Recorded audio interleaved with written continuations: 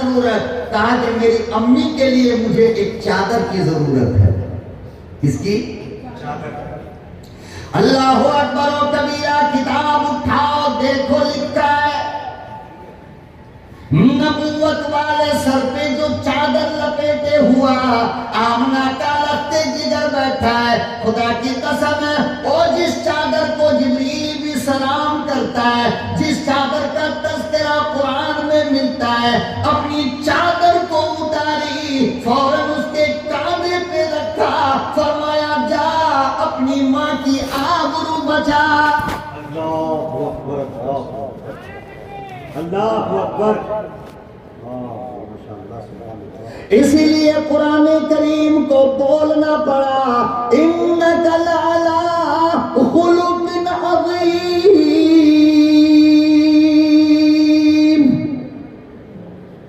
तेरे अखलाक क्या कहना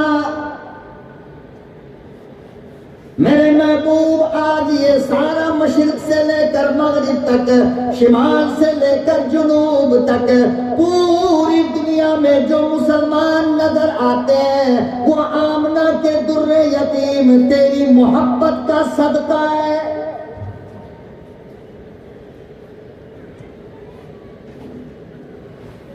तेरे प्यार का सदका है, तेरे अखलाक का सदका है। मुसलमानों, आज तेरे अखलाक बिगड़ गए तो दुनिया तुझे थूक कर जाती है। तुझे देख कर कलमा कौन पढ़े?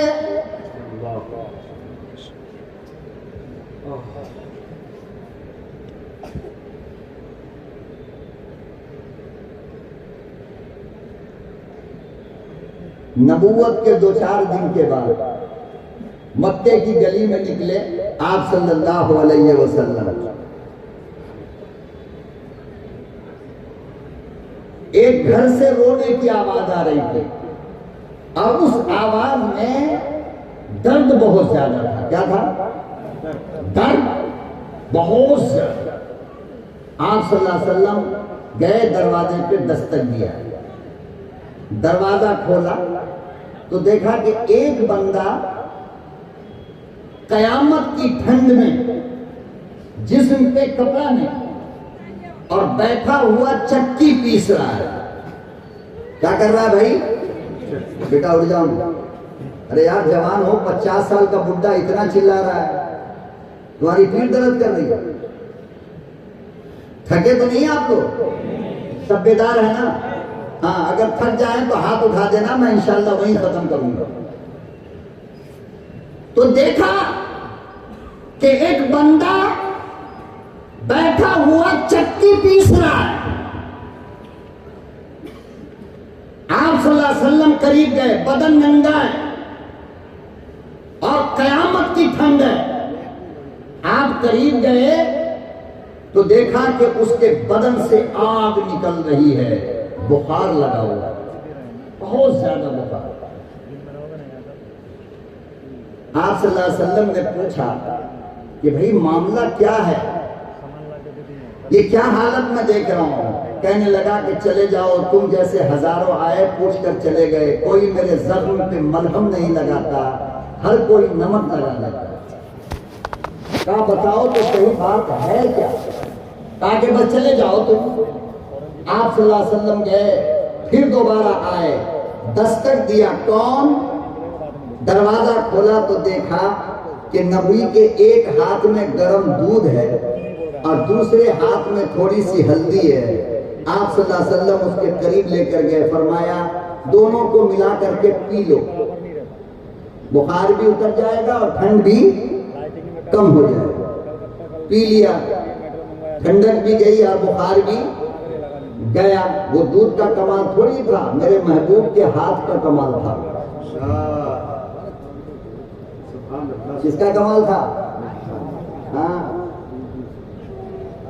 मोमिन के हाथ का पका खाओगे तो नमाज की तौफीक मिलेगी और काफिर के हाथ का पका खाओगे तो कई नमाज छूट जाएगी।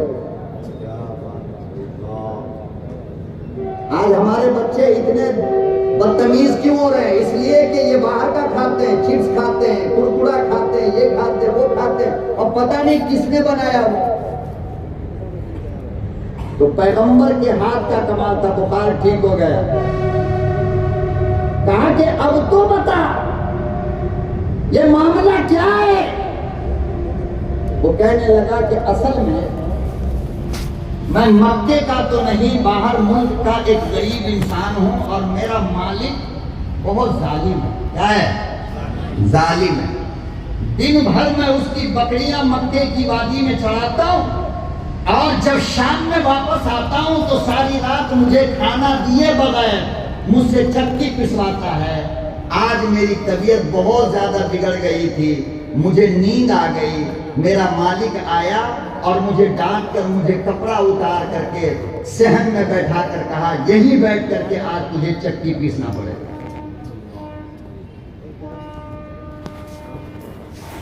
आका सल्लल्लाहु अलैहि वसल्लम ने जो फरमाया है, खुदा की कसम जिगर फट जाता है। एक एक बालिश जमीन के लिए अपने भाई के कातिल बनते हो तुम, और फिर मोहम्मद अरबी के गुलाम होने का दावा।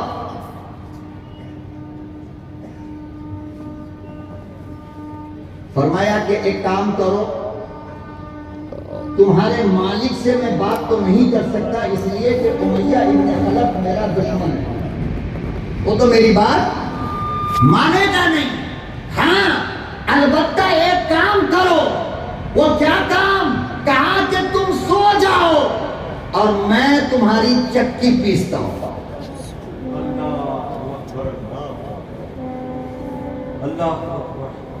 समझे नहीं समझे? पीछे वाले भी समझ लिए? हाथ उठा दो जिनको नहीं समझ में आया, फिर समझा दूंगा। कहा कि तुम सो जाओ, मैं चक्की पीसता हूं। नींद का मारा हुआ बिस्तर पर गया तो कयामत की नींद आ गई। हाय, पैगंबर ने पूरा आटा पीस कर चुपचाप जगाए बगैर चले गए। जब वो नौकर सुबह में उठा तो देखा आटा तो पूरा तैयार है। दूसरे दिन फिर आया, कहा कि तुम सो जाओ, मैं वो काम कर देता हूं। फिर पूरी रात नबी ने चक्की पीसा। तीसरी रात फिर आए, तीसरी रात उसने पकड़ लिया और कहा कि एक बात बताओ, न तो मैं तेरे खानदान का हूं, न मैं आपका भाई हूं, न मैं खूबसूरत हूं, न मैं माल वाला हूं, फिर मुझसे क्या लालच है आपको, और आप हैं कौन? आका सल्लल्लाहु अलैहि वसल्लम ने फरमाया कि आपने ऐसे शख्स का नाम सुना है जिसको जादूगर कहा जाता है और नाम उसका मोहम्मद है? कहा हाँ सुना तो हूं। तो कहा कि मैं वही मोहम्मद हूं। इतना जुमला कहा आका सल्लल्लाहु अलैहि वसल्लम ने। और वो नौकर कहने लगा, अगर तुम मोहम्मद हो तो उस रब की कसम है जिसके कब्जे कुदरत में मेरी जान है, फिर तेरे सिवा कोई नबी हो नहीं सकता। मुझे कलमा पढ़ाओ, ला इलाहा इल्लल्लाह। स्क्रीन वाले को बुला दे।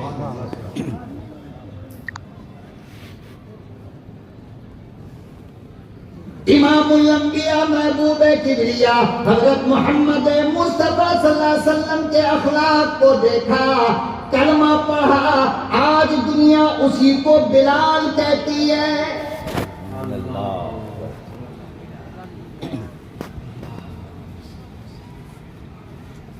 वो यतीम बच्चा इमामुल अंबिया की चादर लेकर चला, अम्मी की अदालत में पहुंचा, मकान में पहुंचा। अम्मी भागी हुई आई और कहने लगी, बेटा तेरी चादर से नबूवत की खुशबू आ रही है।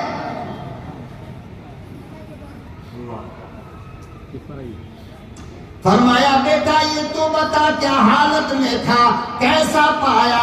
कहने लगा, अम्मी मैं चलता चला इधर को आया, मेरा दिल उधर को जा रहा है। माँ कहने लगी, बेटा अब तू अकेला नहीं, मैं भी चलूंगी। अल्लाह सुभान अल्लाह सुभान अल्लाह। दरबारे रिसालत में पहुंची, कहने लगी ओ काली कमली वाले, जब दुनिया में इज्जत की हिफाजत करते हो तो जहन्नम से जलने से बचाओ। अशहदु अल्ला इलाहा इल्लल्लाह। सुभान अल्लाह, सुभान अल्लाह, जिंदाबाद।